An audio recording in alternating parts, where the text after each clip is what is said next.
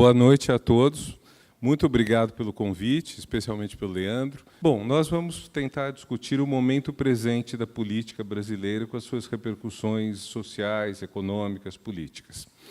Eu pensei em fazer um PowerPoint, ontem o Leandro até me escreveu se eu usaria um PowerPoint, mas eu confesso que eu decidi não fazer, porque a mudança está tão rápida que a possibilidade de ficar obsoleto, quer dizer, eu fiquei até a hora de entrar aqui olhando na internet se tinha alguma notícia, porque você não sabe o que está acontecendo.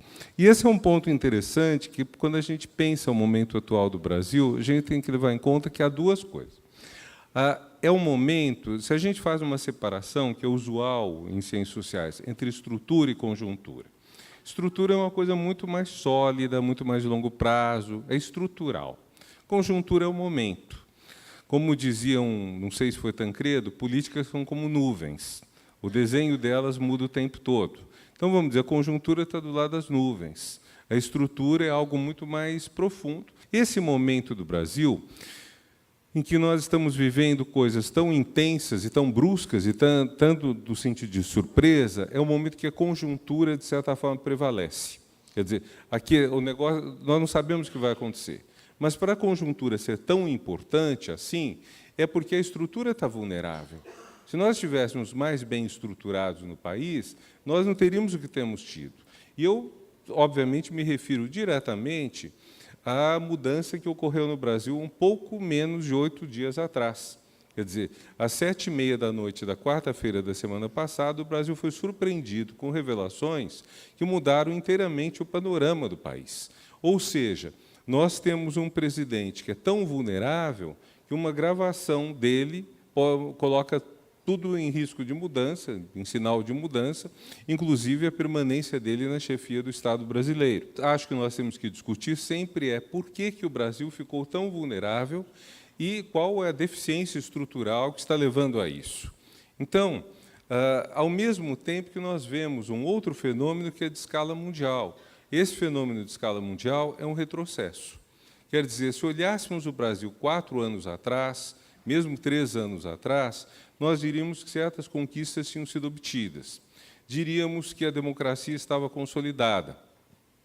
Diríamos que a pauta da inclusão social estava colocada, em definitivo, como uma pauta importante na política brasileira, que não teria retrocesso mais na ideia de inclusão social, tanto que, desde 2002, ninguém concorre a um cargo executivo no Brasil com intenção de ganhar, há pessoas que concorrem sem intenção de ganhar. Mas, se tiver intenção de ganhar, para prefeito, governador ou presidente, você tem que colocar na sua pauta programas efetivos de inclusão social. Isso foi uma grande mudança. Então, esses dois aspectos fundamentais, quer dizer, um país em que os rituais democráticos, os conteúdos democráticos estão fortalecidos, e um país que assumiu que tem uma chaga ética gigantesca, que é a miséria, esses dois, e que tem que ser superada essa chaga, então, esses dois pontos pareciam muito fortalecidos no Brasil. Assim como no século XIX, a grande falha ética do Brasil era a escravatura, no século XXI, a grande chaga ética é a miséria. Mas, assim como demorou para a sociedade perceber que a escravidão era uma coisa profundamente ignóbil, antiética, demorou para a sociedade brasileira se convencer que não pode conviver com a miséria. Eu diria mais até, nem sequer com a pobreza. Superação da miséria e da pobreza são o mínimo que se quer de uma sociedade que queira ser justa, civilizada, moderna, democrática. E esses pontos pareciam bem consolidados no Brasil, como outros pontos pareciam consolidados no mundo. E de 1 ou 2 anos para cá, nós tivemos uma série de surpresas. Tivemos o Brexit, quando os eleitores britânicos, ainda que por pequena maioria, aprovaram a saída do Reino Unido da União Europeia. Esse é um fenômeno que tem várias causas, mas há um mix. Em primeiro lugar, o não reconhecimento de muitas pessoas nesse novo mundo, em grande parte caracterizado por uma globalização, ainda que, no caso, uma globalização parcial. Agora, a União Europeia é uma das maiores conquistas do século XX, porque, graças a ela, acabou de vez a perspectiva de uma guerra na Europa. Tirando a guerra na Iugoslávia, na antiga Iugoslávia, que não fazia parte da União Europeia, na época, né, e que hoje partes dela fazem parte, outras partes não fazem ainda ou não fazem, mas tirando essa guerra, não houve mais nenhuma guerra. Você pensar que é a primeira vez em milênios que não há guerra no continente europeu, talvez a primeira vez desde a ocupação humana da Europa em que não há guerras no continente, é uma conquista fantástica. Se a gente pensar que 2 guerras mundiais foram deflagradas, em boa parte, em função do conflito franco-germânico, desde que foi criada a Comunidade Europeia do Carvão e do Aço, em 1950, essas guerras ficaram inviáveis. Por quê? Porque um país tinha carvão, outro país tinha aço. Na hora que você cria um sistema de colaboração na produção disso, isso deixa de ser necessário, deixa de fazer sentido, e você vai entrelaçando numa direção muito mais forte que o nosso Mercosul, inclusive, porque de uma união inicialmente econômica, um simples mercado comum, a Europa chegou a ser uma união, quer dizer, em que você pode morar em qualquer país da Europa sem formalidades, você pode atravessar a fronteira nos países que fazem parte do Acordo de Schengen sem nenhuma formalidade, sem apresentar documento, e, além disso, que para mim, como ex-ministro da Educação, é particularmente interessante, você tem um espaço educacional europeu que reconhece os créditos cursados de um país para outro, e ainda um grande programa, que é o programa Erasmus, de intercâmbio discente e também docente, ou seja, no lugar de ódios antigos, criou-se um sistema de cooperação muito grande. O que acontece, porém, que é parecido, vamos dizer, com o que levou à vitória de Trump? Há uma parte da população que não se sente aquinhoada por esses ganhos. Há uma parte que se sente, de alguma forma, descartada. Ela sente que isso é um avanço, que serviu melhor para as pessoas que têm mais cultura, mais sofisticação, mais bens, mais posses, mas que para o comum das pessoas isso pode ter sido pesado. Isso não quer dizer que seja verdade que eles foram prejudicados, mas sentem-se assim. Uma coisa paradoxal é que um dos municípios do país de Gales, que teve a maior votação pela saída da Europa, foi um município que recebia a maior contribuição que a Europa dava a um município britânico nos últimos anos. Quer dizer, esse município justamente era muito bem aquinhoado, mas a percepção deles era negativa. Ou seja, aí é um problema cognitivo, as pessoas não entenderem, mas é um problema também político de não ter havido uma comunicação adequada da União Europeia em relação a eles. O caso, mas, de qualquer forma, o fato é que a Inglaterra, a Grã-Bretanha, recuou, né? Ela fechou-se sobre si, o que vai ter danos não só econômicos, mas de toda a ordem. Está sendo negociado, a residência de qualquer europeu na Inglaterra não é mais livre, inversamente, a residência de qualquer britânico na União Europeia não será mais automática, enfim, grandes problemas. Trump é um caso ainda mais assustador, porque ele tem um poder que extrapola de longe as fronteiras de seu país. Sua vitória, como vocês sabem, foi uma derrota nas urnas. A Hillary Clinton teve 2 a 3 milhões de votos a mais que ele, mas o bizarro sistema eleitoral norte-americano fez que ele ganhasse as eleições com pequena quantidade de votos, sobretudo também desses que se sentem alijados deste admirável mundo novo, vamos chamar assim, que produz ganhadores e perdedores. As pessoas se sentem alijadas, desempregados, naquela parte de indústrias que foram fechadas, no norte dos Estados Unidos, e que é chamado hoje de Rust Belt, o cinturão da ferrugem, que é quase autoexplicativo, né? Indica que realmente tudo foi enferrujando, e aquilo que era riqueza virou, enfim, obsoleto, está abandonado. Então, a vitória de Trump é uma vitória que tem um duplo aspecto, quer dizer, a maior parte dos norte-americanos não o queria, mas o sistema eleitoral deles, que é um sistema que permite fraudes, permitiu essa vitória dele, com repercussões mundiais extraordinárias, né? Quer dizer, um retrocesso gigantesco que está havendo com inúmeros programas sociais que estão sendo dissolvidos lá.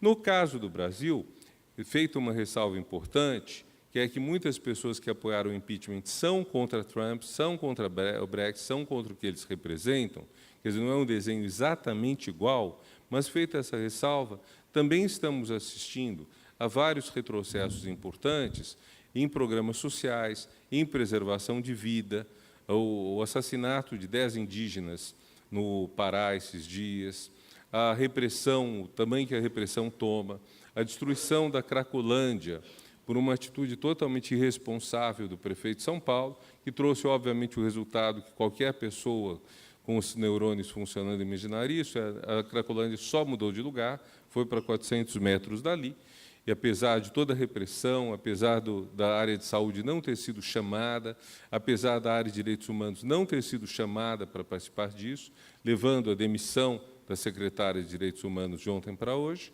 mas, enfim, tudo isso representa uma configuração que vai na direção oposta do que eu e muitos de nós imaginávamos antes.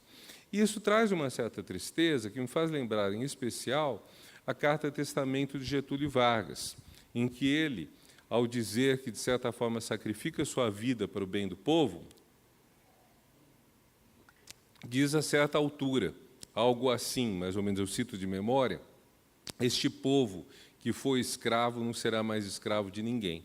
Diz isso 10 anos antes de começar uma ditadura que durará 21 anos. Quer dizer, errou. Então, mas nós temos um problema na história brasileira, que em certos momentos nós temos avanços, e depois, quando pensamos que esses avanços estão conquistados, estão garantidos, eles não estão. Vejam, a pobreza, a miséria no Brasil não são um resto, não são um acaso, elas foram planejadas. O Brasil deu certo como sociedade excludente. Não é um país que não conseguiu incluir, é um país que foi produzido para ser um país excludente. Se você pensa desse jeito, você entende muito melhor o Brasil. Quer dizer, com todas as coisas maravilhosas que o Brasil tem, música, cultura, culinária, pesquisa científica, tudo que nós temos, isso tudo está entrelaçado com o projeto de um país excludente. Então, se nós queremos acabar com a exclusão, não é uma coisa trivial, não é uma coisa só de aumentar o consumo, que foi o ponto em que todas as coisas elogiáveis dos governos petistas, eles falharam porque a inclusão social foi mais pelo consumo do que pela convicção, do que pela consciência. Então, do que pela educação, inclusive. Houve muita expansão na educação, mas não foi colocada a inclusão social como uma grande questão ética que ela é. A grande questão ética do Brasil hoje é você dar igualdade de oportunidades. E isso é que é o fim da exclusão. Isso colocado, como que eu vejo a coisa mais curto prazo, no período, sobretudo pós-reeleição de Dilma, que foi um momento extremamente traumático, porque a reeleição foi difícil, foi muito batalhada. Dizem que foi por uma margem exígua, eu não concordo, 3 milhões de votos não é exíguo.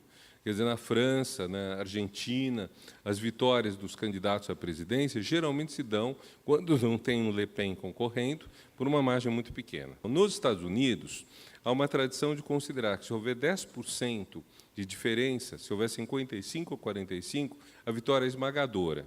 Então, 51,5 a 48,5 é uma vitória. É uma vitória. Não é esmagadora, mas não é exígua. Não é olho eletrônico. Até porque, se você trocasse isso e fosse 51,5 para o outro candidato, teria a mesma margem. Para ser uma vitória forte, seria maior. O problema não foi esse, o problema foi que o governo mudou de política econômica imediatamente depois de abertas as urnas, que causou um drama tremendo, uma reação, uma perda de apoio à esquerda e uma denúncia muito forte à direita. Daí, o desenho rápido que eu faria é o seguinte: o governo ficou muito fragilizado desde o início do segundo mandato. Na verdade, desde a reeleição, o Poder Executivo Federal ficou muito fragilizado. Em grande parte, porque eu estou convencido disto, a minha convicção é que o presidente da República tem que ter força suficiente para se relacionar com o Congresso e não ser dominado pelo Congresso. Se você olha prefeitos e governadores, é muito difícil um deles ter minoria no seu respectivo legislativo. Pelo menos um estado do Brasil, se não me engano, o Espírito Santo, tem uma Assembleia sem nenhum deputado de oposição. Isso é espantoso, porque é um estado em que houve candidato de oposição. No entanto, o legislativo é todo a favor do governo. Na União, você tem mais partidos, quer dizer, do que em qualquer legislativo estadual ou municipal, mais partidos com tamanho razoável. Nós temos entre 6 e 8 partidos que têm pelo menos 20, 30 deputados na Câmara. É difícil você manejar tudo isso. E para controlar o Congresso, para fazer que o Congresso funcione direito, o Executivo usa 2 termos que eu gosto de ironizar, chamando de palavras parecidas verbo e verba. Então, o Executivo precisa ter verba, precisa ter dinheiro. Se não tem dinheiro, o que aconteceu no segundo mandato da Dilma, ele perde muito a capacidade de controle.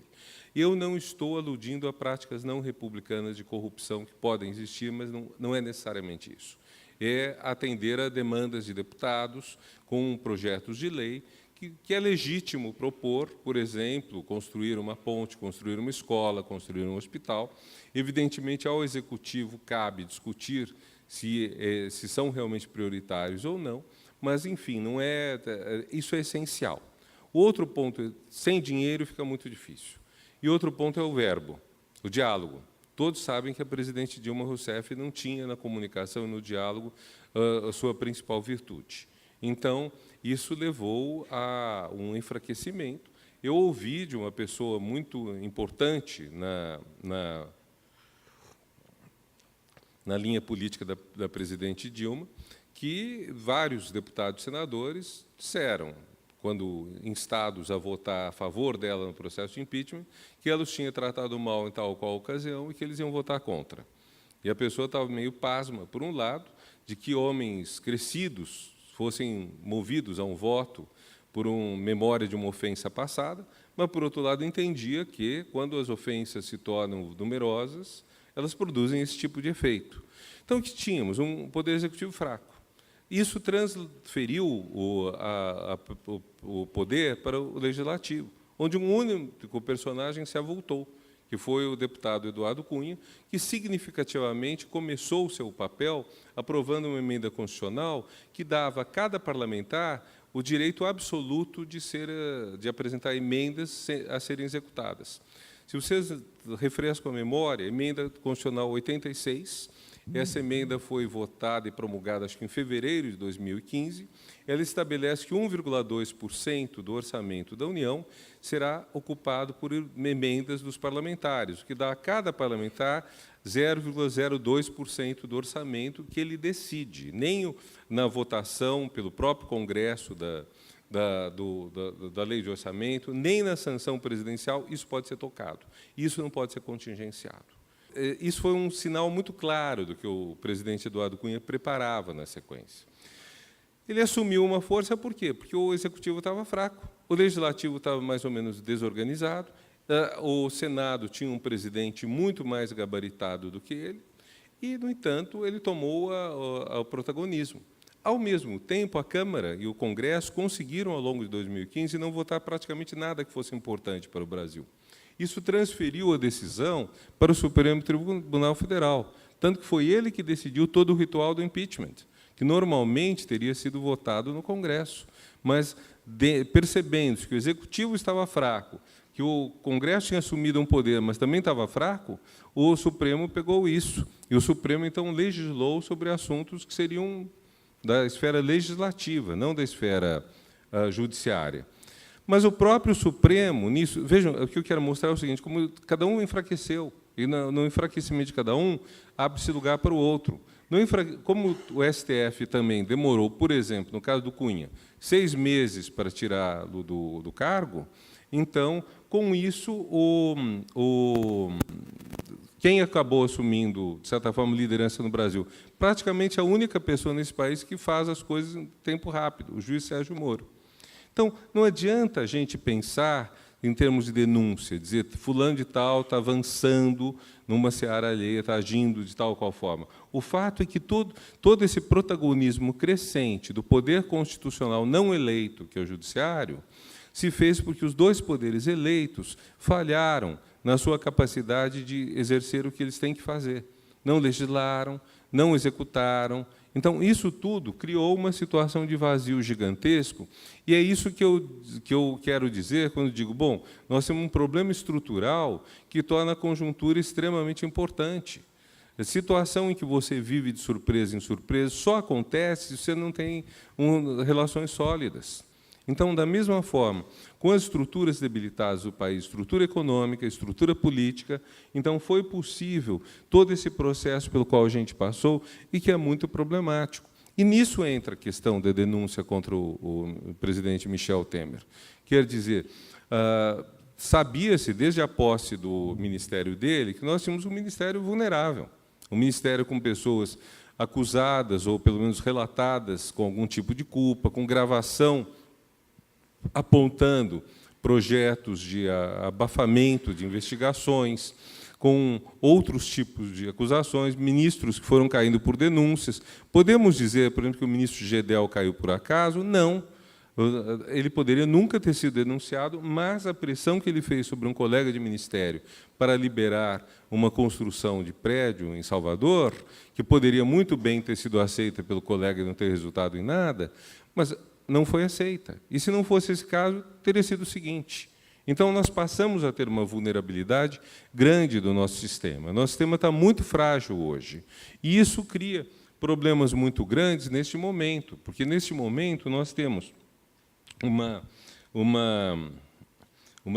uma diferença muito grande entre o que pode ser... quer dizer, nós estamos numa polêmica grande, que eu vou desenvolver depois, se deve haver eleições diretas ou indiretas, contra um pano de fundo de uma convicção grande de que o presidente vai sair, de que ele não aguenta continuar, porque ele entrou aí para executar um determinado papel de aprovar uma série de reformas, e essas reformas, agora está duvidoso que ele vai consegui-las. Já voltarei a esse ponto. Antes, eu queria tratar um pouco da legitimidade. Uma sociedade que tem os poderes eleitos frágeis, ela está ela mesma muito fragilizada. Quer dizer, quando a teoria política discute a questão dos 3 poderes constitucionais, executivo, legislativo e judiciário, os primeiros autores a falarem disso diziam: é um mix. Você pega da monarquia o poder executivo. O presidente é um rei eleito por um tempo, por um prazo determinado, um rei não absoluto, limitado por outro, mas é um indivíduo. Lembra o rei. Você tem o Congresso é eleito, ele é democrático. Lembra um outro elemento da teoria política, a democracia. Você tem a monarquia, democracia, aristocracia. Então, o parlamento, o Congresso, é o elemento democrático na política dos 3 poderes. E o judiciário é o elemento aristocrático. Por que aristocrático? Porque, primeiro, é escolhido entre os melhores, por concurso. A palavra ariston, em grego, quer dizer o melhor. Então, você escolhe por concurso. Democracia não é o espaço do concurso, não. Democracia é o espaço do voto que diz: eu quero um candidato de direita, de centro, de esquerda, etc., e elejo. No judiciário, não. A questão seria a qualidade. Outro ponto típico da aristocracia: cooptação. A pessoa que ingressa a partir de uma escolha do próprio judiciário. Quem faz os concursos do judiciário? O judiciário. Então, o próprio judiciário que escolhe quem entra. Histórias, há muitas, de estados em que, durante muitas décadas, havendo candidatas mulheres para algum posto no judiciário ou para promoção desembargadora, elas eram sistematicamente vetadas pelo Tribunal de Justiça. Quer dizer, tem essa coisa também de que não recusa as pessoas. Vejam, a promoção no judiciário é merecimento e antiguidade, alternadas. O mais democrático acaba sendo a antiguidade. Merecimento não é tanto. Merecimento é muito o próprio pessoal escolhendo quem é parecido com eles. Então, o poder conservador. Então, no momento em que os 2 poderes eleitos, que representam o povo, a presidência e o legislativo, se enfraquecem, se fortalece o poder aristocrático, o poder conservador, o poder da cooptação, o poder único que não é eleito. E, mais que isso, ao mesmo tempo que o judiciário assume esse papel, uma instância que não é um poder constitucional, não é um dos 3 poderes, assume a posição de 4º poder, que é o Ministério Público.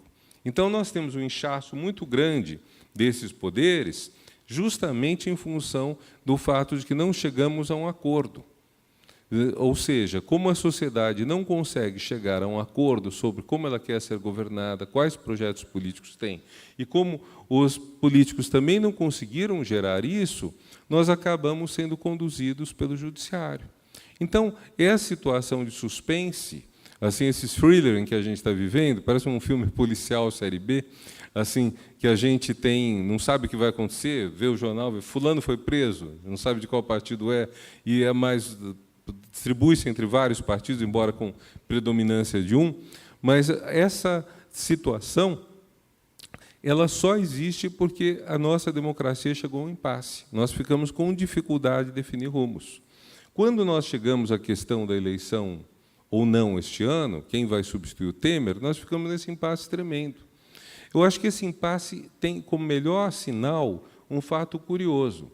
Vocês olhem a lista dos possíveis nomes para a eleição indireta. Nenhum deles concorreria numa eleição direta.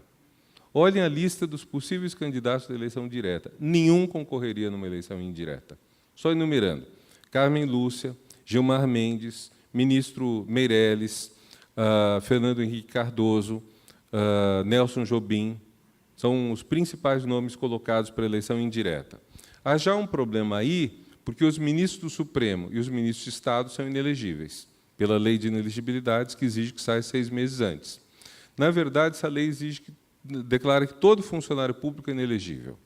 Então, desses nomes todos que eu elenquei, só Fernando Henrique e Nelson Jobim poderiam ser eleitos. Ao mesmo tempo, vejam, a situação está tão bagunçada que gente fala seriamente que essas inelegibilidades não deveriam valer para uma eleição que ocorresse agora, porque as pessoas não sabiam que iam ocorrer, foram colhidas de surpresa. O problema delas, é a lei. Se é a lei... Quer dizer, não ficou uma coisa tão maluca que as mesmas pessoas que acusam quem defende a eleição direta de querer uma emenda constitucional para isso, porque não está previsto na Constituição hoje, defendem que a lei de inelegibilidade não seja levada a sério, porque sei lá o quê. Se nós olhamos os nomes para a eleição direta, que seriam Lula, Bolsonaro, Marina, os 3 mais conhecidos, a gente vê nenhum deles está na outra lista, o que cria um problema extraordinário. Quer dizer, se nós temos listas totalmente diferentes para completar o mandato ou para iniciar um novo mandato, há um problema sério. O grande argumento em favor de eleições diretas hoje é o seguinte: um governo que conduz uma política tem que ser legitimado nessa política. Não adianta dizer que, legalmente, Michel Temer era o vice de Dilma e que ele assumiu legalmente diante do impeachment dela. Porque, mesmo que isso seja legal, isso coloca um problema de legitimidade. Essa é uma distinção básica. O direito lida com a legalidade, a ética lida com a legitimidade. Então, quando nós passamos a questão da legitimidade, algo pode ser legal e não ser legítimo. Então, democraticamente, se você elegeu um determinado projeto, não apenas uma pessoa, mas um projeto, e esse projeto é virado totalmente pelo avesso, se os ministros são pessoas que foram derrotadas nas eleições de 2 anos e meio atrás, então há um problema muito sério. Não estou dizendo que isso não pudesse ocorrer, mas teriam sido necessárias eleições. Teriam sido necessárias eleições para legitimar esse novo governo. O que traria um problema adicional, que é há um escritor nigeriano, Abebe, que tem um texto muito interessante sobre isso. Ele diz mais ou menos o seguinte: ele foi a uma reunião do FMI, do Banco Mundial, e as pessoas diziam que devia ser feito na África. Ele prestou atenção, aí ele disse: gente, a aplicação das medidas de vocês, as que já vieram e as que virão, vão cortar o salário dos trabalhadores nigerianos em metade ou mais até. Tenham consciência do seguinte: ninguém vai fazer isso dentro de um Estado democrático. Vocês que estão ditando essas regras para a África, vocês não teriam coragem de propor isso para o Reino Unido, para a França, para a Alemanha, para os Estados Unidos, porque vocês não conseguiriam ganhar em eleições, e se vocês fizessem isso depois, vocês seriam destituídos, seriam derrubados. Então, por que esse duplo peso, dupla medida? Por que países subdesenvolvidos podem ser sujeitos a esse tipo de estresse que não é possível nos países desenvolvidos? O que me faz pensar numa declaração do publicitário Nizam Guanais ao presidente Temer, dizendo a ele: o senhor é impopular mesmo, então por que o senhor não faz todas essas medidas agora, todas essas reformas? A rigor, o que se faz na política é o seguinte: quando se fazem essas reformas duras e impopulares, um governo eleito as conduz tão logo é eleito. É isso que acontece. Muitos governos eleitos fizeram isso. Não prometeram isso na campanha eleitoral. ou não prometeram isso com essa profundidade. Governos de direita, de centro, de esquerda. Depois fizeram, no começo do governo, o que acabou trazendo problemas políticos para eles, impopularidade, manifestações, etc. Mas, se a economia se recuperou a tempo da próxima eleição, eles conseguiram passar no teste. É dessa maneira que se faz isso, geralmente. Dá certo às vezes, não dá certo outras vezes. Mas, pelo menos, o governo tem a legitimidade de ter sido eleito, e o que ele tem que declarar, no caso, é o seguinte: estamos preservando os fins para os quais fomos eleitos. Os meios não são adequados, mas os fins estamos preservando. Então, se vai fazer uma reforma trabalhista, previdenciária, dificilmente se discute isso na campanha eleitoral. Mas você faz isso no começo do governo, negocia, faz concessões e procura fazer que isso resulte em efeitos depois. Mas, quando o governo assume só com isso, é problemático.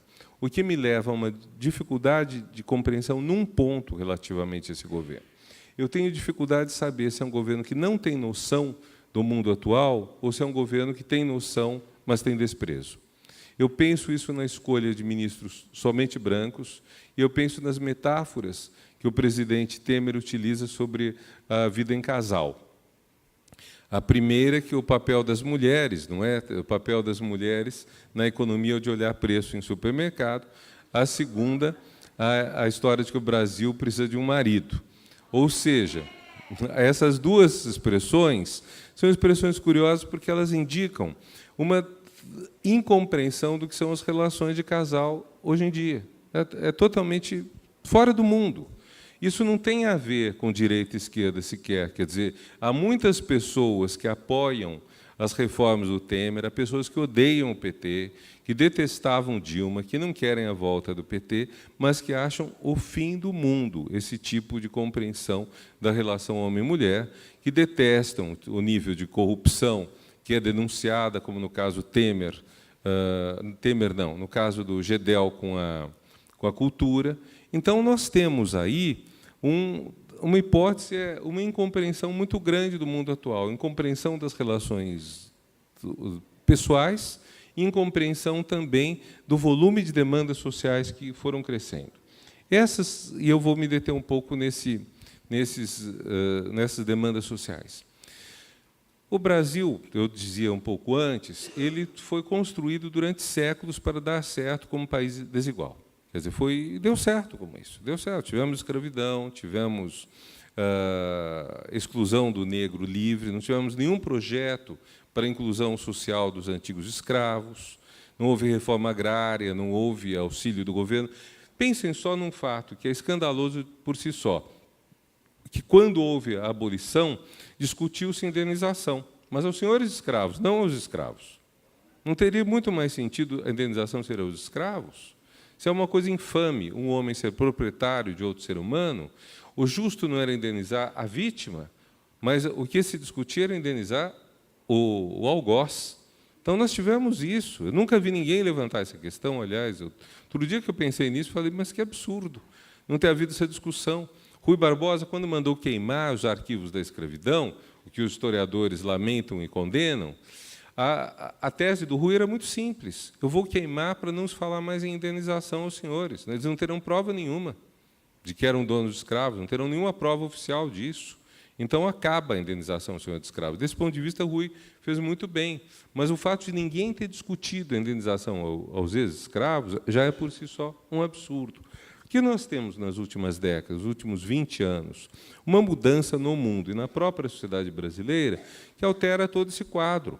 Quer dizer, os antigos humilhados e ofendidos passam a exigir direitos. Negros exigem direitos, mulheres exigem direitos, homossexuais exigem direitos, indígenas exigem direitos, pobres exigem direitos. Então, toda a conta chega. Não sei se vocês conhecem um conto do Rubem Fonseca, chama-se O Cobrador. É um conto em que aparece um cobrador que vem cobrar toda essa dívida histórica, vem cobrar todo esse pacote gigantesco, opressão de tal grupo, humilhação de outro, expoliação de um terceiro. Toda a conta chega. Isso é o que aconteceu no Brasil. Isso aconteceu.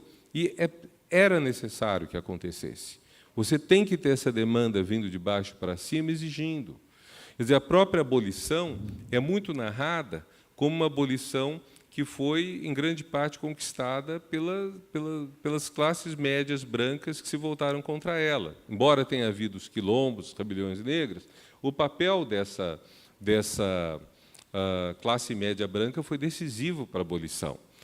Infelizmente, se a gente olha também os avanços sociais dos últimos anos, sobretudo se a gente olha hoje os relatos sobre como os mais pobres se posicionam no momento que eles estão perdendo direitos, infelizmente, eles são pouco ativos, eles são pouco presentes.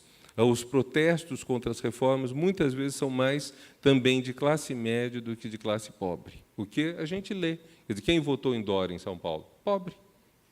Massas inteiras de pobres votaram nele. O que indica que isso continua sendo um problema grande. Quer dizer, não haver, nesses setores, uma consciência tal que eles próprios lutem. Que não haja gente lutando por eles, mas eles, ou melhor, que as pessoas que lutem por eles estejam apoiando, mas não tomando a direção da luta, ou não sendo porta-vozes. Uma sociedade democrática é uma sociedade de poucos porta-vozes. As pessoas, elas próprias, vão lutar. Ora, nesse quadro em que a gente está, de qualquer forma, a demanda de direitos se tornou muito grande. E há um estudo feito por um economista que é favorável à política econômica atual, mas é favorável às políticas de inclusão social, Samuel Pessoa. Samuel Pessoa fez um estudo segundo o qual, desde mais ou menos 1990, aumentou por ano em 0,3% do PIB o dispêndio social. Fernando Henrique, Lula, Dilma.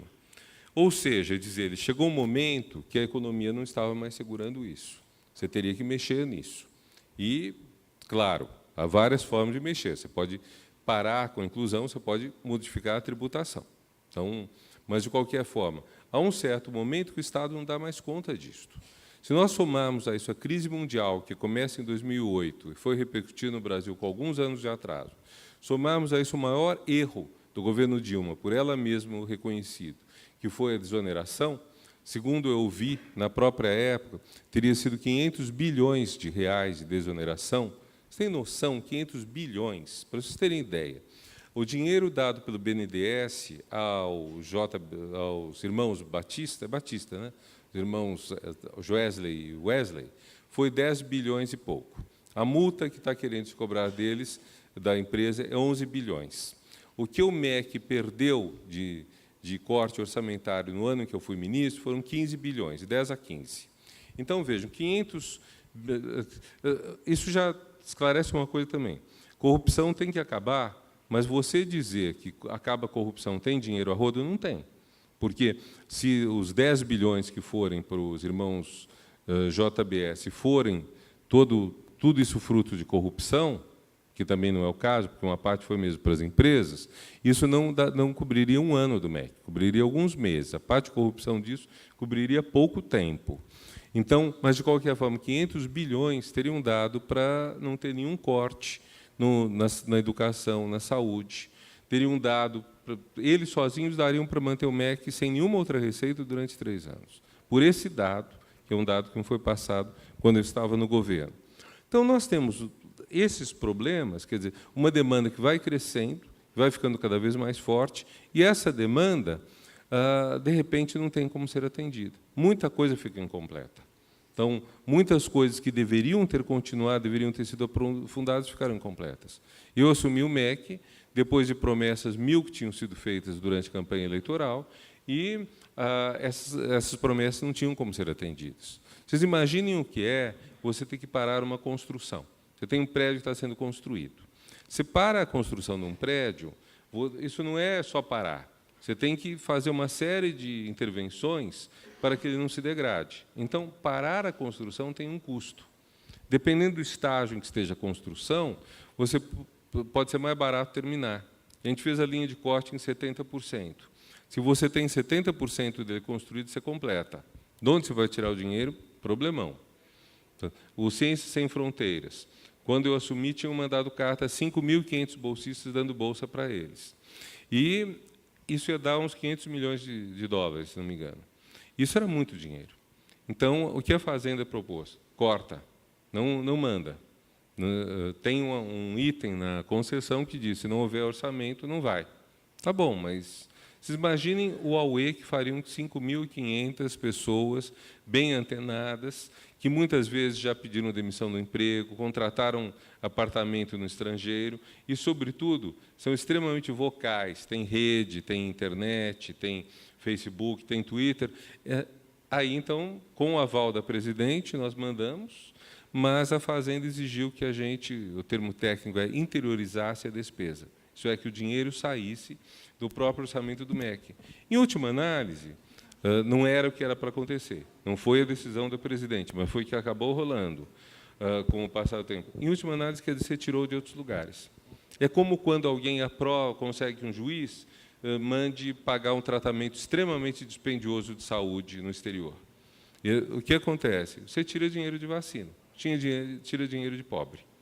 O Brasil é um país tão cruel na desigualdade social que, mesmo medidas corretas, hipoteticamente, por exemplo, o SUS bancar tratamento de doenças muito caras, elas acabam fazendo a desigualdade social imperar. Porque quem vai conseguir entrar com uma ação para isso ganhar é quem pode pagar um advogado. E, nesse caso, a pessoa consegue o recurso, não consegue. Quando eu digo que é muito entranhado o lado conservador na sociedade brasileira, esse tipo de coisa. Medidas de inclusão social são sequestradas pela desigualdade social. Isso vai exigir, para que a gente retome a inclusão social, políticas muito mais profundas e muito mais à prova de manipulação do que as que foram adotadas. Foram políticas muito boas, mas nós temos que rever. Nós não podemos simplesmente retomar as políticas do passado, as melhores que foram. Nós temos que rever tudo. Muita coisa que era feita com a melhor das intenções, articulado, não dava certo. Mas aí eu estaria falando de educação. Aqui o objetivo é falar mais de Brasil para chegar à questão das empresas públicas e estatais. De qualquer forma, acho que o quadro da crise brasileira ele é particularmente agudo. Por quê? Mesmo que o Brasil não tivesse entrado numa crise séria, numa recessão, nós precisaríamos de mais dinheiro para manter as políticas de inclusão. Nós precisaríamos melhorá-las, nós precisaríamos melhorar a qualidade do gasto, tudo isso era preciso. Mas, mesmo que nós não tivéssemos a recessão, o dinheiro não ia ser suficiente para o que o Brasil precisa. E para o dinheiro se tornar suficiente, você tem duas maneiras. Ou você corta as despesas, ou você aumenta as entradas. Cortar as despesas é o que está acontecendo. Isso passa, inclusive, pela ideia de que a Constituição de 88 foi muito longe na concessão de direitos. É uma coisa que a gente ouve volta e meia. Muita gente defende uma redução dos direitos para o Brasil caber no orçamento. A PEC do teto de gastos é exatamente isso. É uma PEC que pretende reduzir os direitos para caber no orçamento. Outros países adotaram medidas parecidas, mas adotaram por 3, 4 anos, não por 20, de qualquer forma. A outra possibilidade é você aumentar a tributação. Tributação sobre os mais ricos no Brasil é escandalosa. Basta lembrar que a faixa mais elevada de tributação, de 27,5%, incide a partir de R$ 4.600 de renda mensal. Quer dizer, uma pessoa com R$ 5.000 de salário e uma pessoa com R$ 100.000 de salário mensal, ou de renda mensal, pagam a mesma faixa de tributação. Seria lógico que tivesse um aumento disto. E seria lógico que isso fosse feito com seriedade. Infelizmente, o Partido dos Trabalhadores, seção do Distrito Federal, fez uma proposta totalmente absurda quando essa questão entrou. Ele propôs que, a partir de até R$ 30.000, a faixa fosse menor do que a de hoje. Quer dizer, ele nem fez uma conta de quanto dinheiro o Estado precisava. Isso tem que ser feito de maneira séria, uma proposta séria que vai enfrentar oposição gigantesca. Outros dois impostos que podem também onerar a riqueza são o IPVA e o IPTU. Os imóveis, pode-se fazer uma política social com imóveis, a Constituição autoriza que o IPTU seja progressivo. Então, o critério seria um valor do imóvel, o uso ou não do imóvel, penalizar quem está estocando o imóvel para lucrar, e outro seria o IPVA. É um absurdo ser um carro que vale R$300 mil pagar o mesmo percentual que um carro que vale 30 ou 50 mil. Não pode ser. Quer dizer, tem que haver São lugares que podem trazer renda, ao mesmo tempo que sinalizem uma política mais ética. Então, nós temos demandas que estão crescendo, ficaram muito fortes, e essas demandas está difícil atender. As próprias manifestações de 2013 foram para quê? Melhora no transporte coletivo, na educação, nas saúde públicas. Quer dizer, 3 serviços públicos fundamentais, eu acrescentaria segurança, acabam não ocorrendo, ou ocorrendo mal. E o que isso leva às pessoas? Leva as pessoas que podem a se refugiar na escola particular, se podem pagar a mensalidade do filho, no plano de saúde, se puderem pagar, no carro, na compra do carro, que é um desastre ecológico e urbano, e do segurança particular. Praticamente todo mundo que mora em prédio tem um porteiro, que é uma espécie de segurança particular. Mesmo em rua, quantas ruas não tem, a gente não paga uma pessoa para ficar olhando à noite. Tudo isso é extremamente ineficiente, né? Quem é o guarda de rua que está armado? Não tem. Então, se houver um assalto, não vai representar nada. Mas há um mercado gigantesco. Na minha rua, em São Paulo, está havendo assaltos, praticamente todo mundo colocou alarme e televisão para fotografar, etc. Quer dizer, são despesas que as pessoas têm porque o Estado não está fazendo o que ele deveria fazer. Isso tudo, para você fazer, requer muito mais. Requer mais dinheiro e requer qualidade na execução. São 2 pontos importantes que tem aí. O que nós tivemos? Nós tivemos, nesses anos, 2 frases que eu acho notáveis. Quero o meu país de volta. Essa frase é interessante porque é querer de volta um país mais desigual. Quer dizer, o choque com o avanço da igualdade. A igualdade não foi consolidada, a igualdade não foi conquistada, mas avançou-se no rumo dela. Querer o país de volta é, muitas vezes, querer o país em que os pobres sabiam o seu lugar, assim, que os pobres não iam avançar no lugar dos mais ricos. O outro, não vamos pagar o pato, que foi o jargão da Fiesp, queria dizer muito claramente, o empresariado, os mais ricos não querem pagar com mais impostos, então vamos tirar os programas que vão para os mais pobres. Claro que há muita outra coisa, nada justifica a corrupção que existiu. Quem se corrompeu tem que ir preso mesmo, não tenho complacência nenhuma. Se alguém errou nesse ponto, problema dele, que pague. Outro ponto, qualidade do gasto. Tem que haver uma qualidade grande do gasto. O Brasil é um país, infelizmente, que é um pouco irresponsável nisso. Assim que eu assumi, eu fiquei impressionado com o quão gelada era a minha sala no Ministério.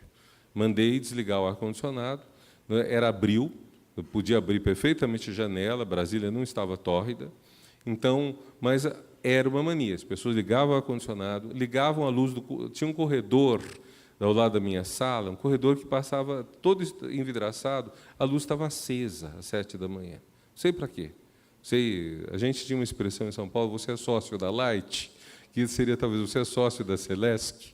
Então, quer dizer, você quer pagar para eles, quer dizer, um desperdício de dinheiro, um desperdício de recursos naturais, uma militância ativa para o aquecimento ambiental, sei lá o que era a razão, mas existe essa irresponsabilidade na gestão. Isso é difundido por todo mundo. O governo passado teve isso também. Quer dizer, isso teria que ser seriamente corrigido e modificado. Bom, mas nós chegamos à questão das empresas públicas, que acho que é o ponto que é particularmente importante. Eu acho que tinha que pegar esse quadro todo, uma tentativa de compreensão do Brasil hoje. Situação das empresas públicas, nós tivemos uma grande onda de privatizações 20 anos atrás, no governo Fernando Henrique. A privatização foi justificada por vários argumentos. Digamos, um dos argumentos mais fortes era que a gestão privada seria mais eficiente em relação à empresa pública. Isso pode acontecer em vários casos. Eu considero que seria difícil o Brasil, o Estado brasileiro, gerar o capital necessário para o avanço na telefonia. Seria muito difícil o Estado brasileiro estar há muito tempo com pouco dinheiro, teve momentos de mais dinheiro, mas capitalizar as empresas telefônicas na década de 90, em que a crise era gritante, era muito difícil com o dinheiro que viesse dos tributos. Então, houve essa privatização, mas é bom lembrar também alguns sinais dessa privatização. primeiro lugar, a privatização de empresas que não têm papel estratégico ou de empresas que concorrem no mercado comum, não é um grande problema. Quer dizer, se o Estado tiver uma fábrica de sapatos, não há uma razão para o Estado manter a fábrica de sapatos, a não ser que haja argumentos muito bons nessa direção. Por exemplo, que ela produza sapatos para um consumidor muito pobre, baratos, etc. Mas, senão, não há muita razão, porque o que deve haver na gestão pública é muito diferente do que deve haver na gestão privada.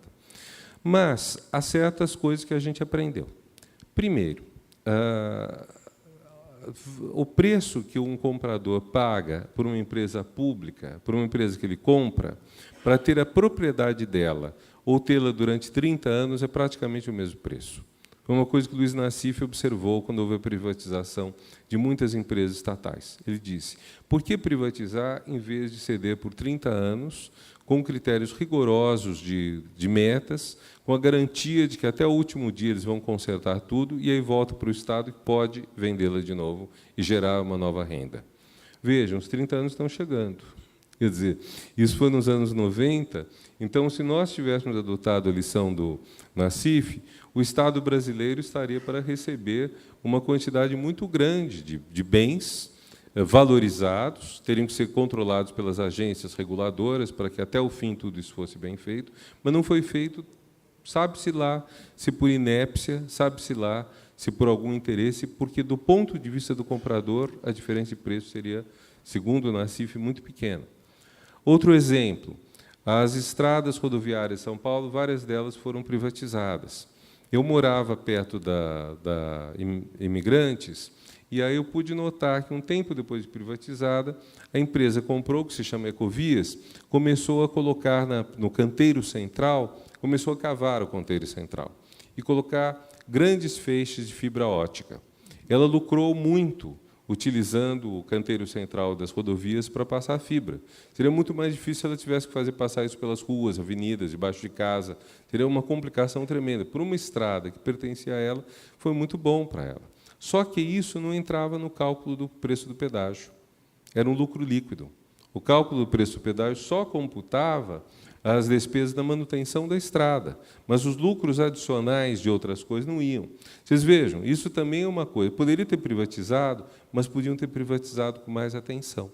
Então, existe primeiro essa questão de que isso não é para principiantes, tem que ser feito com muita seriedade. Segundo ponto, as privatizações em massa do Brasil coincidiram com um período de juros muito elevados. Então, o dinheiro obtido pelas privatizações, em boa parte, foi para pagar os juros. O ministro Malan, na época, disse, em vez desse dinheiro ir para a educação, saúde, etc., como querem, tem que ir para pagar a dívida. Ele até não estaria errado, em tese, porque, ao pagar a dívida, o Estado pararia de pagar juros. Ao pagar o principal, o Estado gastaria menos com juros e esse dinheiro poderia, então, ir para a educação e saúde. Só que, coincidência ou não, os juros subiram muito nesse período. Parecia até uma coisa proposital para que uma mão sujasse a outra. Vou mudar o ditado popular, né? Porque, no caso, o resultado é esse. Então, isso trouxe, quer dizer, nossa experiência histórica de privatização é que a renda obtida pelo Estado não foi significativa. Não foi, assim, tão importante quanto poderia ser. Se as privatizações tivessem representado uma guinada decisiva no Brasil rumo a uma melhor educação, saúde, transporte e segurança públicos, nós diríamos que valeu a pena. Não representaram. O Estado continuou com problemas.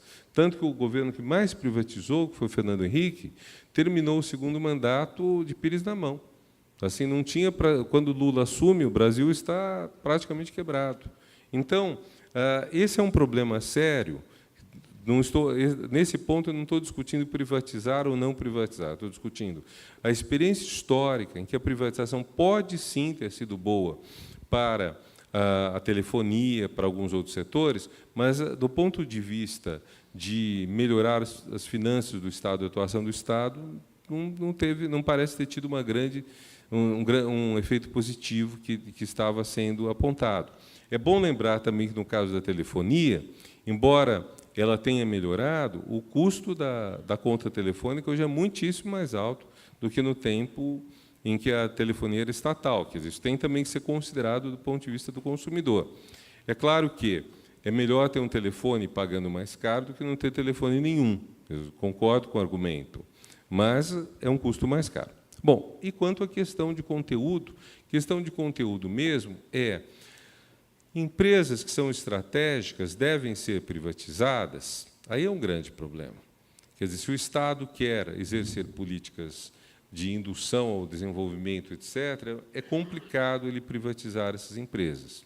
A alternativa seria, se privatizasse, ter um sistema de regulação das mesmas que fosse muito sério, muito severo. Nós não tivemos esse sistema, não parece existir, para ser franco com vocês. Eu sou usuário, sobretudo, daquilo que foi privatizado, sou usuário, sobretudo, da telefonia. A telefonia, as queixas são gigantescas, a gente não vê o poder público atuando em relação a elas. No PROCON de São Paulo, se não me engano, o maior número de queixas é quanto às telefônicas, as operadoras. Do que adianta? Praticamente nada. Então, você tem um problema sério, né, nesse tocante. Quer dizer, a regulação não é tão boa. Há algo que foi dito por algum dos oradores, agora não estou identificando quem, não sei se foi o Leandro, se foi outra pessoa, o fato de que a empresa de você ser estatal assegura o atendimento mesmo das cidades pequenas. Esse é um ponto muito importante. Quer dizer, quando você permite, sempre que se falou da aviação, pegar o exemplo da aviação, que você poderia ter voos Rio-São Paulo muito mais baratos. Poderia, mas provavelmente você sacrificaria um monte de cidades que você deixa de atender. Há muitas cidades no Brasil, várias cidades, que perderam os seus voos comerciais. Então, você precisa ter, ou diretamente pelo Estado, ou por um controle muito severo, uma obrigação de atender rotas deficitárias, mesmo que, uma vez que você está atendendo rotas boas. Mas o que a gente nota no avanço, por exemplo, das companhias aéreas low cost na Europa, é que elas não gostam das rotas deficitárias. E que, mesmo com estados mais fortes, mais controladores que o brasileiro, mais aptos a controlar, mais honestos, eles não conseguem impor a essas companhias os trajetos que sejam deficitários, mas importantes para a sociedade. Estados Unidos também tem esse problema. Você tem aqueles estados, tipo Montana, por exemplo, que provavelmente não dão lucro nenhum. Então, você tem que ter um jeito de atender isso sem onerar demais o povo. No caso da eletricidade, isso é particularmente importante. Eletricidade, questão do correio se coloca muito aí, porque o correio tem rotas que são deficitárias. Se eu for pagar pelo custo, um SEDEX para certas cidades do interior do Brasil ficaria caríssimo. Se nós tirarmos agências de correio, nós estamos privando muita gente de muita coisa. Então, esses são pontos que me parecem ser muito importantes quando a gente chega à questão da empresa estatal. Quer dizer, a empresa estatal, se ela for bem gerida, se não tiver interferência político-partidária, e se ela tiver um compromisso político, mas não partidário, é muito bom. Ela pode ser uma empresa que funcione muito bem. Há outros fatores a considerar também, né? Quer dizer, só passando, quer dizer, o mercado da telefonia é concorrencial. A água, a luz não é. Não tem como ser concorrencial. Quer dizer, você vai ter duas empresas fornecendo eletricidade para o Estado, com duas redes totalmente paralelas, não tem muita condição. Fizeram isso um pouco com linha de trem. Linha de trem, como se faz? Por exemplo, na Itália. Você tem a Ferrovia do Estado, a FS, e você tem uma outra, parece que chama Italy, acho que é em inglês ou não. Então, a Italy, ela opera certas rotas mais barato, inclusive, bem, mas não opera todas as rotas, e ela usa os trilhos e tudo da Ferrovia do Estado. Então, ela paga pelo uso. Vamos supor que a gente tivesse isso, quer dizer, que fosse possível pagar pelo uso da fiação elétrica. Acho que isso é impossível, você não tem como dizer essa eletricidade é pública, essa eletricidade é privada, é mais difícil. Mas, quer dizer, são situações técnicas. Num mercado não concorrencial, a constituição de um monopólio privado é perigosa. Monopólio, se houver, pela natureza do próprio negócio, é bom que sejam estatais, porque assim eles podem ser geridos de uma forma mais democrática, mais de acordo com os interesses sociais. E nisso a gente bate numa outra questão, que é complicada, quando a gente fala das cidades pequenas, das cidades mais ou menos alijadas do das principais rotas, a gente tem que perguntar também por que elas existem. Quer dizer, por que há gente morando em lugares ermos, afastados de difícil acesso? Basicamente, porque as pessoas não tiveram dinheiro para morar em lugares bons. Basicamente, porque a estrutura desigual da sociedade brasileira fez que houvesse gente que vai morar em lugares ou que são alagados, com qualquer enchente, beira de rio, ou em lugares que padecem a seca muito intensa, no interior do Nordeste. É claro que, quando você chega a uma sociedade mais democrática, você vai dizer, nós temos que incluir essas pessoas. E é um custo desgraçado, é um custo alto. Se essas pessoas estivessem morando em lugares que a natureza, lugares mais fáceis do ponto de vista natural, o custo seria mais barato. Eu acho que esse é um grande exemplo do barato que virou caro. A sociedade brasileira expeliu essas pessoas no momento que uma ideia de dignidade humana, de igualdade de direitos, começa a ficar forte, nós pagamos essa conta. Vou dar um exemplo de São Paulo. A cidade de Santos, em 1890 e pouco, teve uma epidemia, se não me engano, de cólera. Metade da população santista morreu. Uma coisa assustadora. Eles chamaram um engenheiro, Saturnino Brito, se não me engano. Saturnino Brito concebeu, então, os canais que hoje atravessam a cidade de Santos. Ela tem vários canais. Os canais permitiram regular a água, evitar que ela estagnasse, evitar que pestes, não sei se não seria febre amarela, talvez. Mas, enfim, evitar doenças desse tipo, a cidade ficou direita, etc. E tal. E o Saturnino Brito deu um pitaco sobre a cidade de São Paulo. Falou o seguinte: as margens dos rios Pinheiros e Tietê têm que ser preservadas porque elas pertencem ao rio. Não façam nada numa faixa de 250 metros de cada lado do Tietê e do Pinheiros. Se alguém de vocês já esteve em São Paulo, eu acredito que vários já estiveram, sabe que, ao contrário, assim que termina o rio, você já tem duas pistas asfaltadas, que é duas avenidas asfaltadas marginais, e, em seguida, você tem ou favela ou imóveis caríssimos. Na região dos Jardins são imóveis caríssimos, em outras regiões são favelas. Ou seja, fez-se exatamente o contrário. Os governos do Estado e da Prefeitura gastam muito dinheiro para enfrentar as enchentes. Se eles cavarem muito o leito do rio, o rio não anda porque, enfim, o rio tem que descer, né, para seguir. Se cavar muito, o rio estagna. Então, o que eles fazem? Vão fazendo gambiarra. No fundo, por melhores sejam as coisas, são gambiarras, porque a única solução era demolir tudo que tem nas margens. Não há dinheiro, é inconcebível isso. Imagine você demolir 250 metros de cada lado do rio Pinheiros e Tietê, você não tem dinheiro que pague isso. Então, esse é o preço das escolhas ruins. Esse é o preço da desigualdade. Eu volto à questão da desigualdade. Essa apropriação pela qual alguns, em certos lugares, foram jogados ali para ter uma favela que é alagada. Outros compraram terrenos, porque é ótimo, fica em frente do Jockey, da janela você tem o Jockey, o Morumbi, que é bonito de ver. Tudo isso é a desigualdade ou do muito pobre ou do muito rico, que acaba tendo um custo depois muito grande.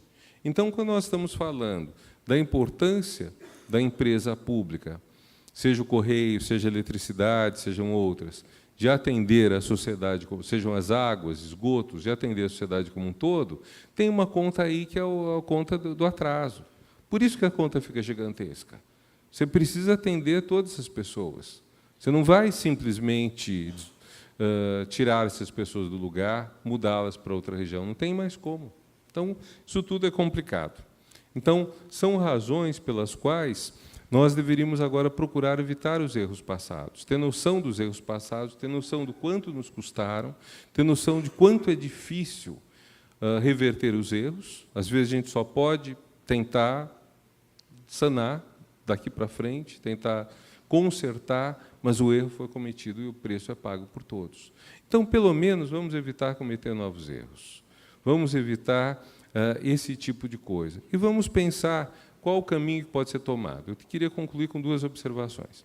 A primeira, apesar da situação estar muito difícil no país, nós temos uma coisa boa, que é um grande número de projetos de sociedade que estão acontecendo. A política não está muito boa, mas projetos de sociedade há. Projetos de melhoria da educação, projetos de solução. O livro último do Drauzio Varela é bom nisso, Prisioneiras. Ele fala das presas que ele atende como médico na penitenciária feminina de São Paulo. É tristíssimo, né? As mulheres, a gravidez precoce de muitas mulheres, as mulheres que vão presas, às vezes, até para encobrir um crime do companheiro, e que depois ele talvez visite uma vez e nunca mais, porque arrumou outra mulher. A visitação no presídio masculino, filas gigantescas de mulheres no domingo, no presídio feminino, mãe, irmã, filhos. O homem já trocou, já arrumou outra. A visita íntima existe para os homens desde 1980, para as mulheres só desde 2000. E não adianta nada existir porque eles não vão. Não adianta. É uma coisa, olha, é tristíssimo esse livro. Eu recomendo. Agora, o que tem de bom isso? Tem que, se você ler esse livro, você sabe o que tem que ser feito. Eu acho que essas coisas que a gente pode ler e ver o que tem que ser feito são muito boas. Nós temos que nos enriquecer com todos os projetos do que tem que ser feito no Brasil, o que tem que ser feito com os presos, o que tem que ser feito com as crianças, o que tem que ser feito para a menina não engravidar aos 15 anos, o que tem que ser feito para um jovem da periferia não achar fascinante a carreira de bandido, o que tem que ser feito para dois adolescentes não irem só de zoeira, assaltarem e estragarem a vida deles, sabe? Só para pegar o universo do Drauzio. Eu acho que nós temos que fazer uma grande reunião de todos os projetos de um Brasil melhor, políticos, econômicos, sociais, ONG, etc., e tentar pensar isso, porque isso vai ter um efeito para o país. Talvez não imediato, mas vai ter. O outro lado é a atual questão da eleição direta ou indireta. Eu sei que as duas opções são muito difíceis, mas eu vou dizer porque eu defendo as eleições diretas. Em primeiro lugar, essas reformas que estão sendo feitas, elas só podem passar se tiver uma legitimação eleitoral. Um governo que não seja eleito pelo povo não tem essa legitimação. Os dois poderes eleitos perderam toda a legitimidade. Eles não têm mais legitimidade. A única forma de resolver isso é ir para o voto popular. Dizem, isso pode demorar 4 meses, parar o país por 4 meses. Se o Temer não sair, o país vai estar parado. Igual. Então, quer dizer, isso não é uma grande diferença. Se nós tivermos mais um presidente eleito num conchavo do Congresso, esse presidente dificilmente vai ter legitimidade no que vai conduzir. Tudo que ele fizer vai contar com a oposição muito feroz de muita gente, rejeição de 90% à reforma trabalhista, à reforma previdenciária, e se nós deixarmos passar tudo isso com esse volume de rejeição, nós estaremos nos humilhando muito. Então, eu penso que a exigência de que qualquer mudança seja referendada pelo povo é importante, é muito importante. Aí estou falando em legitimidade. A legalidade é outra. Fazer isso vai ser muito difícil. Independentemente, até porque os candidatos às eleições diretas que eu mencionei, não sei se algum deles tem uma proposta muito consistente de como fazer o Brasil passar tudo isso. Eu tenho minha preferência política, mas eu tenho dúvidas se realmente vão conseguir fazer o Brasil passar por isso. Mas eu penso que o que aconteceu com a reforma trabalhista deveria ser uma grande lição. A reforma previdenciária, no Congresso, apesar de ainda não ter sido votada, ela teve atenuados alguns dos seus dispositivos mais cruéis. Não todos, mas alguns foram atenuados. A reforma trabalhista teve os piorados. Eles pioraram em função do relator. Então, penso que, se não houver um claro sinal da cidadania de que esse tipo de coisa não é aceitável, vai passar tudo que seja contra a sociedade. Nós nunca tivemos uma situação equivalente. Se vocês olharem a ditadura militar ela não contou com uma rejeição aos seus projetos tão aguda quanto a que o atual governo tem. Claro, não se trata de um governo militar, há diferenças, tudo mais, mas se a sociedade maciçamente rejeita determinados projetos e os deixa serem votados e aprovados e entrarem em execução, então é muito ruim. O Brasil não pode não pode assumir essa imagem. O Brasil tem que... E hoje a melhor forma disso seriam eleições diretas. Idealmente, no meu entender, seriam eleições gerais, pelo menos diretas para presidente, pelo menos no âmbito federal. Renovar o Congresso, renovar a presidência, começar um novo mandato, sei lá o quê. Também penso que nós deveríamos ter uma Assembleia Constituinte restrita à reforma política, que já é muita coisa, que não mexesse em nada mais além da reforma política. Ao contrário do que muitas pessoas defendem, eu não acho que uma Assembleia Constituinte devesse ser composta de pessoas que depois ficariam proibidas de concorrer a qualquer cargo por tantos anos, porque isso impediria justamente que novos valores revelassem. Uma coisa fundamental hoje, nós temos que renovar o sangue político. Nós temos que colocar muitos novos valores. Eu penso que uma Assembleia Constituinte exclusiva, ela poderia ter exatamente o oposto. Ou não ter ninguém que já tenha exercido o mandato político, ou ter um limite, 1/3 no máximo, que tenha exercido o mandato político, de modo que seja realmente gente nova, que está discutindo, sem necessariamente estar lá para representar um partido ou outro, mas para representar a sociedade. Nesse ponto, acho que o Macron, o presidente da França, cujo sucesso ou insucesso é muito difícil de antever e que está diante de uma situação extremamente difícil, no futuro, na escolha dos candidatos ao legislativo, ele fez uma coisa muito boa. A chapa dele é metade de mulheres, metade de homens, e metade de pessoas que já tiveram algum mandato e metade de gente que nunca teve nenhum mandato. Que esse é um ponto mundial, há uma insatisfação grande com os partidos, mundialmente falando. Nós temos, então, que renovar isso. Nós temos que renovar, penso que são alguns caminhos importantes. Na luta por eleições diretas, é possível ter uma base muito grande para combater certas reformas que, mesmo que alguma coisa fosse necessária, são muito exageradas no conteúdo e são duvidosas na forma de serem aprovadas por poderes que perderam a confiança do povo. Bom, em suma, é isso que eu tinha a falar. Agradeço muito a atenção de vocês. Agora, o papo é de vocês. Obrigado.